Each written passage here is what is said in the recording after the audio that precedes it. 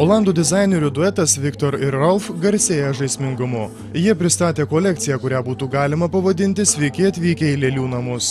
Viktoras Horstingas ir Ralphas Snoirinas sako sėmėsi įkvėpimo iš didžiausios visų laikų ikonos lėlės.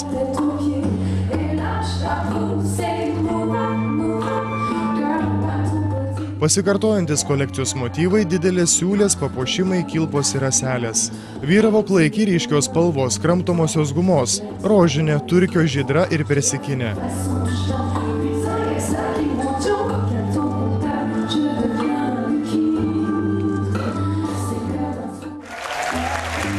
Tunikų ir švarkelių siluetai buvo be galo moteriški.